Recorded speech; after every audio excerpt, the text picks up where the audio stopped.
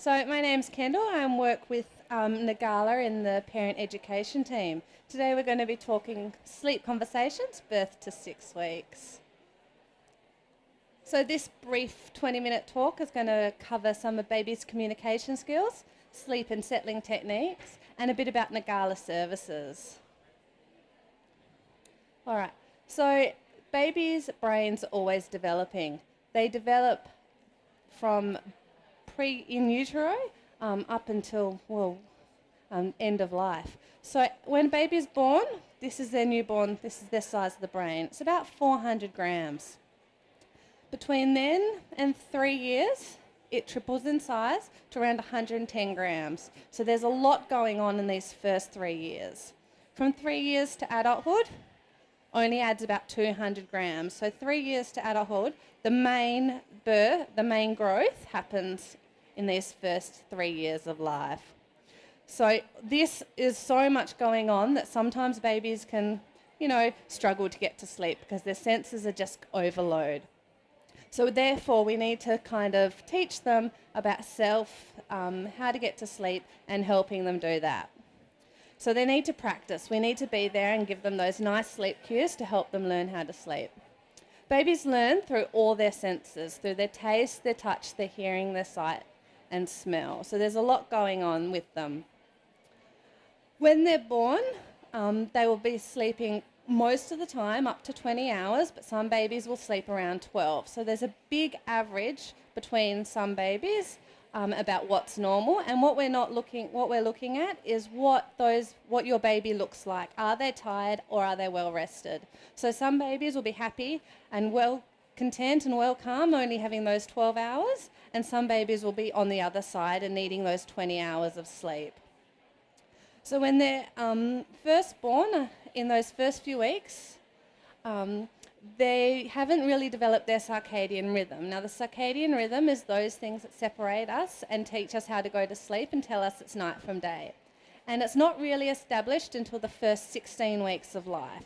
So that's why when sometimes babies are born, when we get them and they're like, they're up all hours of the night and they're sleeping all of the day. It's because those early circadian rhythms are just not developed yet until 16 weeks. So that way we really need to help them through sleeping at night. So in the early stages, these are the neural pathways of the baby's brain.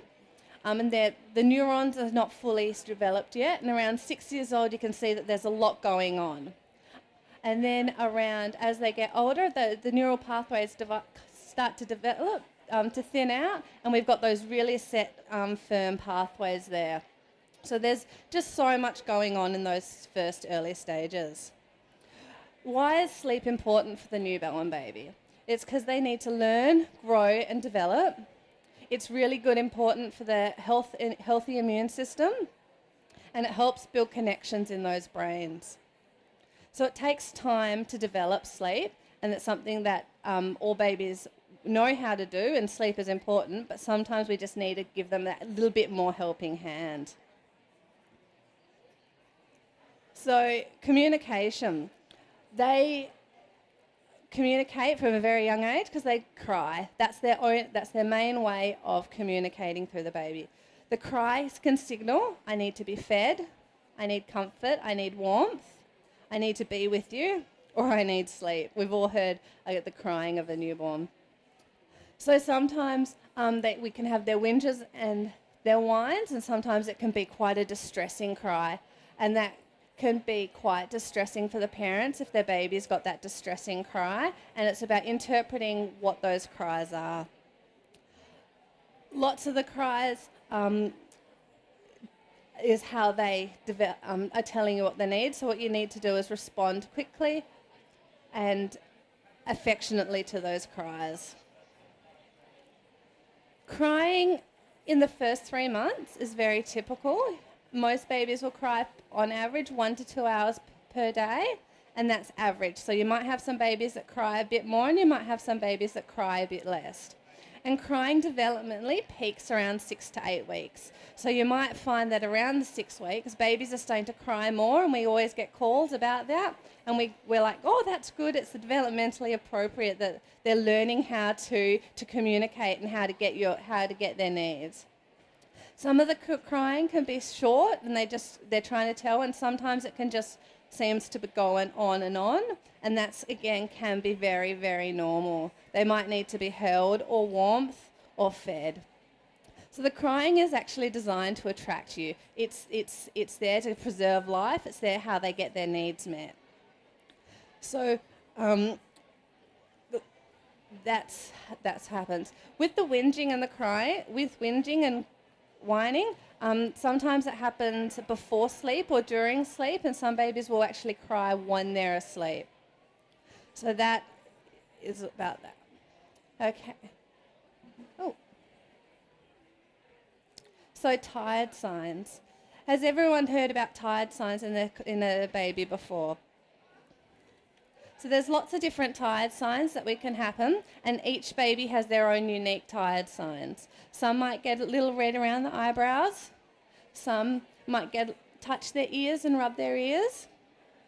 And some might start to get a bit jerky arm movements. Some babies might have nice relaxed arm movements, and bring them in and they get really tight. A common other tired sign is where you've had really good eye contact, and you're playing and you're gooing and you're holding your baby and you're really getting that really good communication, and then they might turn their head. And that can be a sign that they're not willing to engage anymore, and it can be an early one that they're trying to tell us that they're tired and need to go to sleep. A lot of the times we try and re-engage and we bring them back in and we get that gooing and garring again, but we could have missed one of those early tired signs about getting them to sleep, because what they're trying to tell you is, I've had enough, the world is overstimulating, and I need to go to sleep now. So that's when we're trying to get them down to sleep. So, has anyone, and the jerky movements where they're nice and relaxed, they might be on their bed and then their arms start to flail and they start to kick, that can be also another quite early one in which we want to pull them, get them down and get them into a nice sleep routine. What we want to do is catch that wave of tiredness. When Bub's tired or showing those signs, we want to be then getting them into their sleep and settling routine. For some babies in the early weeks of life, they might only be up for 45 minutes. So that's quite a short amount of time from when they're waking to having a feed, to being changed, to then you putting them back down. And it might seem that they just woke up, but they might only be able to stay in a bit being awake for about 45 minutes. And that's from the beginning of one feed until they go down, especially for those who are feeding for a longer period of time, or if they're breastfeeding and they're taking one breast and then the other breast, so 20 minutes each side, you might just then have a short window, a few minutes of cuddles before they are ready to go back down to sleep. By about 3 months, they're going to be up for around an hour and a half before they might be showing those tired signs. But in a chronically overtired child, you might be getting those tired signs a lot earlier at around the 40-minute mark. So what we're going to be saying is looking at the child and looking at the baby and going by their tired signs, not necessarily looking at the clock. So if they've had a big day before, or you've gone out in the morning, you might have gone swimming, or you might be at, say, this expo, they're going to be showing those tired signs a lot more sooner, because it is very overwhelming. All their senses are taking this place in, or taking whatever you've done in, and they need to have some destimulating time. So that would be about that. So when you get there and you're seeing those tired signs, that's going to be time to get them to sleep and settle them down in their cot or their crib. So you're going to want to be acting calmly and quite effectively in doing that. So in responding to their cries, then you might be then picking them up, swaddling them if you're swaddling them, putting them in their grow bag, and then putting them down in their bed or in their bassinet, following those SIDS safe guidelines. So for those that sleep with you, but under 3 months, you're not going to be teaching them any bad sleep associations, because the frontal part of their brain isn't fully developed to form those sleep associations. So all you want to be doing is trying to really just get them to sleep. So if you have those babies that like to sleep on you or like to sleep in those upright positions on you, you're not going to be spoiling them. You're not going to be teaching them any bad habits. It's just we just want them asleep. For those who are sleeping on you long term, then you want to be around those 4 months looking at different sleep associations and getting them down. But you can't spoil the newborn baby. They were designed to be on you, they would be designed to be with you, and they would be designed to be around their primary caregivers. So if you have a baby that likes to sleep on you, it can be perfectly normal. It's just a bit tough when you're like, oh my gosh, I've got the washing, I've got everything else I want to get done. How am I meant to get any of this done? But they do like to sleep on you, especially if you've got the baby that has colic or reflux and they do like to be kept upright. It can be a bit tougher on everything. So when you get them, so you're seeing those tired signs, they've been up for the newborn, they've been up for those 45 minutes and they're starting to get a bit grizzly. They're starting to get jerky, their arms are clenching in. You're going to want to be wrapping them, swaddling them, and then putting them down if you can, in their bassinet or in their cot. You put them down and then you start with a sleep cue. And it might be night, night, baby, it's time to go to sleep, or sleep time, you're looking very tired. A simple line that you can just go over with them and cues them for sleep. We want to be sleeping them, if general, in those areas, that they are comfortable in. And so you might be sleeping them in the cot, the bassinet, in their room, in your room, somewhere where it's nice, comfortable and cosy. And for day sleeps and night sleeps, you can be sleeping in them in the same environment as well. So if they're sleeping at night in the bassinet, you can be putting them down in the bassinet during the day, if you can. Or if they just want to be on you, then sleep with them there, as long as you're not...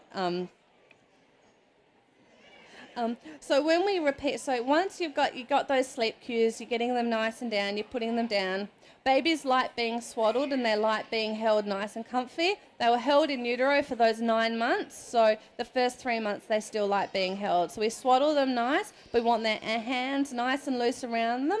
And so sometimes they do like to suck their own hands as well. So you can swaddle them nice and loose around there.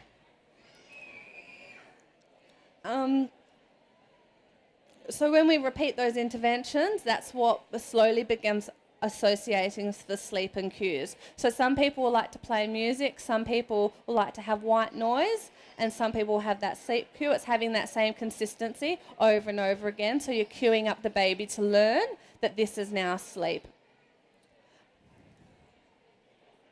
So how do children sleep and how do babies sleep? Roughly, we all humans go through their non-REM and their REM phases of sleep. We go into our non-REM sleep and then cycle into our REM sleep. REM sleep is our lighter sleep. We have keen hearing and we stir and move. So in those lighter sleeps, you might hear baby cry out a few times. They're a bit wiggly, they're moving, and you can hear them. In the non-REM sleep, in their deep sleep, you're having very minimal movements. That's the time when you're looking at baby going, oh my gosh, are they even awake? You might be getting down and having a listen because you're just not sure. And that's their really deep sleep. During that phase, you might not even be able to wake them very well. That's the time when you can go into the room when they're fast asleep. You can open up the cupboards, you can do just about anything, and they'll be sleeping right through. But in those lighter periods of sleep, you might just open the door and they wake up. So we all cycle through these non-REM and REM periods. In newborns, and prem babies, it can be as short as 20 minutes, where they cycle through their light to deeper sleep. And for adults, it's about 90 minutes for us. So every 90 minutes, we're waking up, rolling over or getting a drink and going back to sleep, but we might not actually remember or realise that's what we're doing. But in the newborn and the baby, they're going to be cycling through every 40 or so minutes. That's when we find that babies wake after that sleep cycle because they're not able to get back to sleep with that one.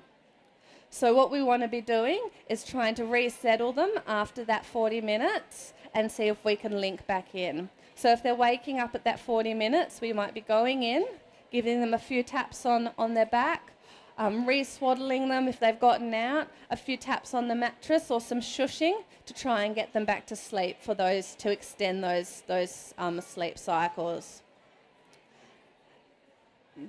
There we go. So babies are wired to learn. They're learning about their whole environment from the minute they're born throughout their senses.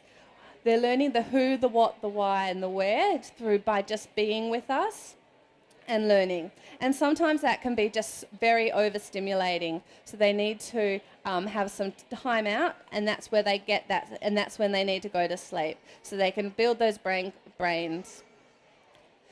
Sometimes we hear lots of parents go, I just don't know what to do. I don't know what's going on. And so it's okay to watch them try something one day. If I try this, will it work? If I try that, will it work? Trying a few different techniques with your baby is not going to cause any harm. Some babies will respond to white noise more than they will tapping, and some babies will like a firm tap on the shoulders or the back to settle them. So trying a few different techniques is really, really important to go. Babies know a lot more about you than you do about them. They know what they want, they're just not the best at telling you. So they'll be crying and they might be hungry, they might be sleepy, and you just need to respond to those needs. At the end of the day, there's no right or wrong way to parent. It's parenting what feels comfortable for you, what works for you and your family, and making that you're sure that you're happy and content and Bub's happy and content. So you'll probably hear of 1,000 different ways to get your baby to sleep and 1,000 different ways that you might be doing it right or wrong. But finding a way to get your baby to sleep that makes you happy and works for you and your baby is what we want at the end of the day. So there's a variety of different ways that you might be able to get your baby to sleep, and that's all right. It's all perfectly normal. So if you want more information, Ngala offers a variety of services. We offer you and your new baby workshops, which is a free 2-hour workshop between the hours for 2 hours, and we offer them at nights and on weekends for those that want to bring their family members or partners, and they're free. We have conversations about sleep, which goes into a more in-depth examination of sleep and how babies sleep, and that's available on the website, and we do have copies down at our booth. We're most known for our helpline, which is Monday to Sunday, 8 to 8, and we deal with a variety of sleep calls. 70% of our calls are about sleep for ages under 1. So if you want some more information, definitely give us a call. We do parenting and play programs, and if you're finding that you just want a bit more information about sleep, then we do offer consults. So, and all our information is on the Ngala website.